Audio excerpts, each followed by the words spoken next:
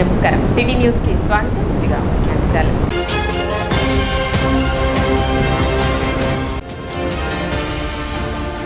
ఈ ఏడాది మే నుండి ఏటీఎం కార్డు సైజులో కొత్త రేషన్ కార్డులు జారీ చేస్తున్నట్లు వెల్లడించిన మంత్రి నాదెండ్ల మనోహర్.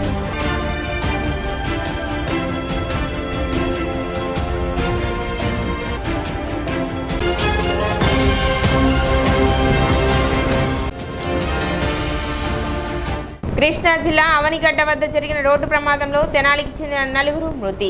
ప్రమాద ఘటనపై ఆరా తీసిన కేంద్ర మంత్రి పెమ్మసాని చంద్రశేఖర్.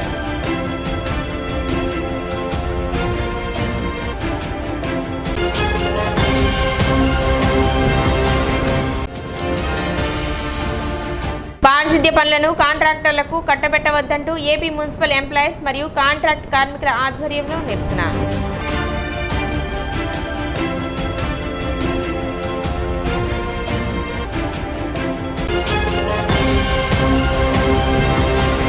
పారిశుద్ధ్య పనులను కాంట్రాక్టర్లకు కట్టబెట్టి కార్మికులను బానిసలుగా చేయవద్దని కోరుతూ ఏపీ మున్సిపల్ ఎంప్లాయీస్ మరియు కాంట్రాక్ట్ కార్మిక సంఘం ఆధ్వర్యంలో తెనాలి పట్టణంలో ర్యాలీ నిర్వహించారు. మున్సిపల్ కార్యాలయం నుండి బయలుదేరి గాంధీ చౌక్ వరకు ర్యాలీ కొనసాగింది. ర్యాలీని ఉద్దేశించి సిఐటియు జిల్లా కార్యదర్శి కొల్లిపర బాబు ప్రసాద్ ప్రసంగించారు.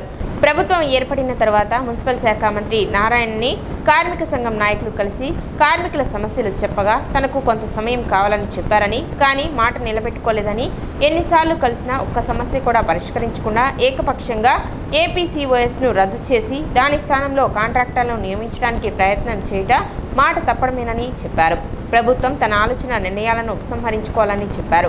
కార్యక్రమంలో యూనియన్ గౌరవ అధ్యక్షులు షేక్ హుసేన్ వలి, ఎం వెంకటేశ్వర్లు, ఎం పద్మ, ఎం మరియమ్మ, ఉన్నవ సుధాకర్, కె సుశీల, ముత్యాల పద్మావతి, మెండేల నాగరాజు, ఎం దుర్గాప్రసాద్, పి మరియమ్మ, యాడపల్లి అంజి, వి లక్ష్మీనారాయణ, బి దానమ్మ తదితరులు పాల్గొన్నారు. గతంలో కాంట్రాక్టులు ఉండటం వలన సకాలానికి జీతాలు లేక, నెలల తరబడి జీతాలు అందక, కార్మికులు వడ్డీ ఇచ్చేవారిని బారిన పడి కుటుంబాలు మొత్తం సర్వనాశనమైనటువంటి పరిస్థితి నుంచి కాస్త మెరుగైనటువంటి ఆప్కాస్ ద్వారా మెరుగైన పరిస్థితులు వచ్చిన సందర్భంలో తిరిగి మళ్ళీ కార్మికుల్ని అప్పుల పాలు చేయడానికి కాంట్రాక్టులకు అప్పగించడానికి ప్రయత్నం జరుగుతూ ఉంది. ఈ ప్రయత్నానికి నిరసనగా ఇవాళ రాష్ట్ర వ్యాప్తంగా అన్ని మున్సిపాలిటీలోని కార్మికులు కూడా ప్రదర్శన చేస్తున్నారు. అందులో భాగంగానే తెనాలిలో కూడా ఈ ప్రదర్శన. గతంలో కాంట్రాక్టులుగా ఉన్నప్పుడు 1 నెల కాదు, 2 నెలలు కాదు, 5 నెలలు, 6 నెలలు కూడా జీతాలు ఇచ్చేవాళ్ళు కాదు. ఆ ఇచ్చే జీతాలు కూడా కోతలు పెట్టేవాళ్ళు. కార్మికుల యొక్క పాస్ పుస్తకాలు మొత్తం తమ దగ్గర అట్టు పెట్టుకుని తామే అధిక వడ్డీలకు ఇచ్చి మొత్తం కార్మికుల్ని అంతా కూడా దివాళా తీసేటువంటి పరిస్థితి చేశారు. అట్లాగే వాళ్ళు సకాలానికి సబ్బులు ఇచ్చేవాళ్ళు కాదు, బట్టలు ఇచ్చేవాళ్ళు కాదు, చెప్పులు ఇచ్చేవాళ్ళు కాదు, వాళ్ళకి పిఎఫ్ డబ్బులు కట్టేవాళ్ళు కాదు, ఈఎస్ఐ డబ్బులు కట్టేవాళ్ళు కాదు. మొత్తం చాలా దుర్మార్గమైన వ్యవస్థ ఉండేది. ఆ వ్యవస్థని చక్కదిద్దాల్సింది పోయి సంవత్సరాల తరబడి పనిచేసుకుంటున్న వాళ్ళని పర్మనెంట్ చేయాల్సింది పోయి తిరిగి కాంట్రాక్టులకు అప్పచెప్పటం అంటే వీళ్ళందరినీ బానిసలుగా తయారు చేయటమే. ఈ బానిసలుగా తయారు చేసేటువంటి ఆలోచన విరమించుకోవాలని చెప్పేసి, వీళ్ళందరినీ ప్రభుత్వ సంస్థలను తీసుకోవాలని చెప్పేసి, వాళ్ళకి ఉద్యోగ భద్రత కల్పించాలని, ఇవాళ పెరుగుతున్న ధరలకు అనుగుణంగా కనీస వేతనాలు నిర్ణయించాలని, అట్లాగే కన్జ్యూమర్ ప్రైస్ ఇండెక్స్కి అనుగుణంగా డిఏను కూడా కార్మికులకి అమలు చేయాలని చెప్పేసి, ముఖ్యంగా మున్సిపల్ శాఖ మంత్రి గారు మున్సిపల్ కార్మిక సంఘాల నాయకులతోటి వెంటనే చర్చలు జరపాలని, సమస్యలకు పరిష్కారం కోసం ఒక సహృద్భావ వాతావరణాన్ని కల్పించాలని చెప్పేసి విజ్ఞప్తి చేస్తున్నాం. ఐద్వా నాయకురాలు N Rajyalakshmi, RTC retired employees union నాయకులు ఎస్ సుబ్రహ్మణ్యం, బుద్ధిస్ట్ సొసైటీ రాష్ట్ర నాయకులు ఎంట్రపాటి అశోక్, ఏపీఆర్పీఏ తెనాలి నాయకులు కేవీ రమణ మద్దతుగా ర్యాలీలో పాల్గొన్నారు. పెరుగుదలకు అనుగుణంగా కార్మిక వర్గాన్ని పెంచడం లేదు, ఉన్న జనంతోనే పనిచేస్తున్నారు, పని భారం పెరిగిపోతుంది. అలాగే చనిపోయిన వారి స్థానంలో వాళ్ళ బిడ్డలకి ఉద్యోగాలు ఇవ్వమని ఎప్పటి నుంచి మనం డిమాండ్ చేస్తున్నాం. దాన్ని పెడచమని పెట్టారు. అలా కాకుండా అదనంగా కార్మికులు తీసుకోమని కూడా చెప్తున్నాము. అది చేయడం లేదు. కనుక ప్రభుత్వం వెంటనే స్పందించి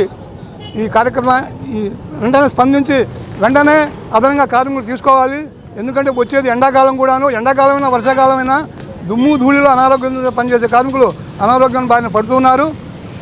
అంతేకాక ఇప్పుడే చెప్పారు, బాప్రసాద్ కూడా చెప్పారు, గతంలో కాంట్రాక్ట్ సిస్టంలో ఉన్నప్పుడు పిఎఫ్ అనేది హైదరాబాద్లో ఒక కాంట్రాక్ట్ పిఎఫ్ కట్టి, తెనాల్లో ఒక కాంట్రాక్ట్ పిఎఫ్ కట్టి ఆ పిఎఫ్ తెచ్చుకోవడానికి కార్మికులు నానా ఇబ్బందులు పడ్డారు. కనుక ఇప్పుడు ఆప్కాస్లో చేర్చిన తర్వాత ప్రతి నెల జీతాలు వస్తున్నాయి. గతంలో జీతాలు ఇవ్వకుండా, మున్సిపాలిటీ జీతాలు ఇవ్వకుండా ఉన్నప్పుడు వాళ్ళే కాంట్రాక్ట్ ఇచ్చి ఎలా డబ్బులు కాజేసేవాళ్ళు కూడా గత అనుభవాలు కూడా ఉన్నాయి మాకు. కనుక వెంటనే ప్రభుత్వం స్పందించి ఆఫ్ క్లాసును రద్దు చేయకుండా ఆఫ్ క్లాసున్నా ఉంచండి, లేదా కార్మికులు పర్మనెంట్ అయినా చేయండి. ఈ 2 డిమాండ్ల మీద ఆందోళన కార్యక్రమం జరుగుతూ ఉంది. వెంటనే ప్రభుత్వం స్పందించి ఈ కార్యక్రమాన్ని ముందుకు తీసుకోవాలి.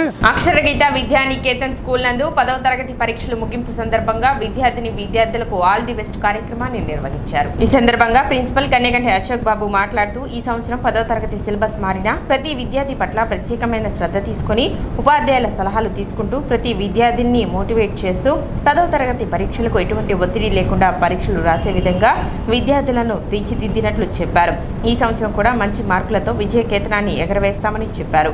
Ramachandra Rao, correspondent Rampriya, coordinator Patela Lakshmikumari, craft teacher Munipalli Anusha, incharge Kaveti Sivakumari తదితర టీచర్లు, ఆయమ్మలు, విద్యార్థులు పాల్గొన్నారు. ముందుగా 10వ తరగతి పరీక్షలు రాసే విద్యార్థులందరికీ కూడా మా హృదయపూర్వక ఆశీస్సులు. అలానే వాళ్ళందరూ మంచి మార్కులతో పరీక్షలు బాగా రాసి ఉత్తీర్ణత సాధించాలని మేము కోరుకుంటున్నాం. మా అక్షరగీత పిల్లలే కాకుండా మన 10వ తరగతి విద్యార్థులు అందరూ కూడా మంచి మార్కులతో పాస్ అవ్వాలని కోరుకుంటున్నాం. ముఖ్యంగా మా స్కూల్లో 10వ తరగతి విద్యార్థులు బయటికి వెళ్ళి పరీక్షలు రాయంటే కాస్త భయపడుతూ ఉంటారు, టెన్షన్ ఫీల్ అవుతారు. అందుకని ఆ టెన్షన్ పోగొట్టడానికి మేము ప్రతి ఎగ్జామ్కి ఒక్కొక్క థీమ్ తీసుకొని థీమాటికల్గా వాళ్ళని మోటివేట్ చేస్తూ పిల్లలతో బయట కాస్త విచిత్ర వేషధారణ అట్లాంటివన్నీ చేయించి మిగతా పిల్లలతో వీళ్ళకి ఆల్ ద బెస్ట్ చెప్పిస్తూ ఉంటాము. దీనివల్ల పిల్లలు ఎంతో ఎంజాయ్ చేస్తూ పరీక్ష రాస్తూ ఉంటారు. వాళ్ళు చాలా హ్యాపీగా ఫీల్ అవుతూ ఉంటారు. అది మాకు ఎంతో గర్వంగా ఉంటుంది. సాధారణమైన విద్యార్థులతో అసాధారణమైన ఫలితాలు సాధించడంలోనే మా అక్షరగీత ప్రతిభ ఉంది. My name is Deekshita. I am studying 9th standard. I studied here from 1st standard to till now 9th standard, and I participated in many activities like chess, drawing, dance. Our school provided abacus, spoken English, Kalabharati competition and Mother Teresa competition, and we went to HSG camp. Our school provided HSG Hindustan Scout Guides, and we won first prize in dance competition. This is all because our principal sir, Kannaganti Sri Ashok sir, and our teachers are very friendly with us, and our school like our home. And about studies in our school is best, and this all credit goes to our teachers who teaching us in a planned way, and this is not possible without the efforts of our principal Shri Kannaganti Ashok Garu. And for me this is a aspects of enjoyment, and there are a lot of freedom and extra curricular activities for everything. And thank you our esteemed principal Shri Kannaganti Ashok Kumar Garu for guiding us and providing us good future. తెనాలికి చెందిన గిడుగు రవీంద్ర మోహన్ బాబు కుటుంబానికి జరిగిన car ప్రమాద ఘటనపై గ్రామీణాభివృద్ధి communication శాఖ కేంద్ర సహాయ మంత్రి పెమ్మసాని చంద్రశేఖర్ స్పందించారు. ప్రమాద ఘటనపై సత్వర చర్యలపై సబ్ కలెక్టర్ సంజనా సింహాకు పలు సూచనలు కూడా అందజేశారు. వివరాల్లోకి వెళితే కృష్ణా జిల్లా అవనిగడ్డలో సోమవారం జరిగిన రోడ్డు ప్రమాదంలో తెనాలిలోని చెంచుపేటలో నివసిస్తున్న ఒకే కుటుంబానికి చెందిన 4 మృతి చెందగా 2 విజయవాడలోని ఒక ప్రైవేట్ ఆసుపత్రిలో తీవ్ర గాయాల నడుమ చికిత్స పొందుతున్నారు. ప్రమాదంలో గిడుగు రవీంద్ర మోహన్ బాబు తల్లి అరుణతో పాటు 5 ఏళ్ల చిన్నారి సాత్విక, మరో నెల రోజుల పసికందు మరణించడం విచారకరం. ఘటనలో తీవ్రంగా గాయపడిన గిడుగు సందీప్, పల్లవి ప్రస్తుతం విజయవాడలోని ఓ ప్రైవేట్ హాస్పిటల్లో చికిత్స పొందుతున్నారు. ఘటనను వార్తా కథనాల ద్వారా తెలుసుకున్న పెమ్మసాని తక్షణమే స్పందిస్తూ మృతుల బంధువులను, ఆసుపత్రి వర్గాలను ఢిల్లీ నుండి ఫోన్ ద్వారా సంప్రదించారు. ఒకవైపు పార్లమెంట్ సమావేశాలలో పాల్గొంటూనే మరోవైపు స్పందిస్తూ ఘటన జరగడానికి గల కారణాలను, అలాగే చికిత్స అందుతున్న విధానాన్ని వైద్యులను కూడా అడిగి తెలుసుకున్నారు. కాగా సందీప్, పల్లవిలకు మంగళవారం నాడు ఎంఆర్ఐ స్కాన్ తీసిన తర్వాత ప్రస్తుతం ఆరోగ్యం నిలకడగా ఉందని, అయితే తొడ ఎముకలకు ఫ్రాక్చర్ అయినందువల్ల సర్జరీ చేసే అవకాశం ఉందని ఆసుపత్రి వైద్యులు తెలిపారు. చనిపోయిన తల్లిదండ్రుల చిన్నారుల మృతదేహాలను తెనాలిలోని స్వగృహానికి ఇప్పటికే తరలించగా అక్కడి పరిస్థితి పైన మృతులకు చెందిన తెనాలిలోని బంధువులతో అక్కడి పరిస్థితిపై పెమ్మసాని వాకపు చేశారు. ఆయన మాట్లాడుతూ జరిగిన ఘటనపై తాను దిగ్భ్రాంతి వ్యక్తం చేస్తున్నానని, గుండె నింబరం చేసుకుని సందీప్ దంపతులకు అందరం అండగా నిలవాలని సూచించారు. ప్రభుత్వం తరపున సాయం అందేలా చూసే ప్రయత్నం చేస్తానని ఈ సందర్భంగా సందీప్ బంధువులకు పెమ్మసాని వివరించారు. పుట్టెడు దుఃఖంలో ఉన్న తమ కుటుంబం పట్ల స్పందించిన పెమ్మసాని మానవతా దృక్పథానికి సందీప్ తరపు బంధువులు కృతజ్ఞతలు తెలిపారు.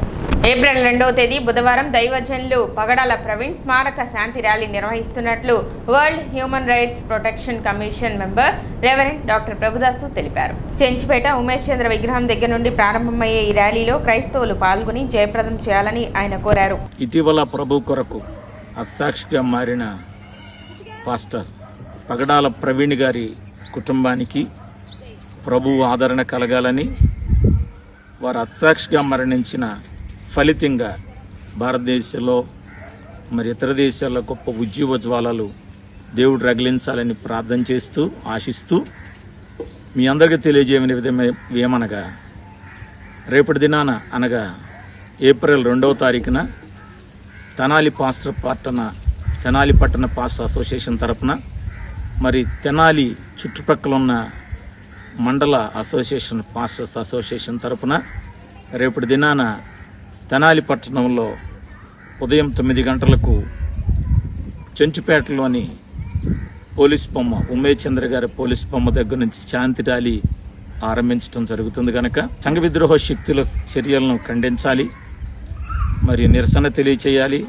ఆ కుటుంబానికి ఆదరణ కూడా నా తరపున కలగాలి. కృష్ణా జిల్లా అవనిగడ్డ జాతీయ రహదారిపై జరిగిన రోడ్డు ప్రమాదంలో తెనాలికి చెందిన 4 మృత్యువాత పడ్డారు. తెనాలి చెంచుపేట ఇందిరానగర్ కాలనీలోని ఒకే కుటుంబానికి చెందిన 4 మృతి చెందారు. మనవడి నామకరణం కోసం మోపిదేవి వెళుతుండగా సోమవారం ప్రమాదం జరిగింది. ఎదురుగా వస్తున్న లారీని కారు ఢీకొట్టడంతో అక్కడిక్కడే 3 మృతి చెందగా చికిత్స పొందుతూ మరొకరు మృత్యువాత పడ్డారు. దీనితో పట్టణ చెంచుపేటలో తీవ్ర విషాదం చోటు చేసుకుంది. కాగా మృతదేహాలు మంగళవారం తెనాలిలోని వారి స్వగృహానికి చేరుకున్నాయి.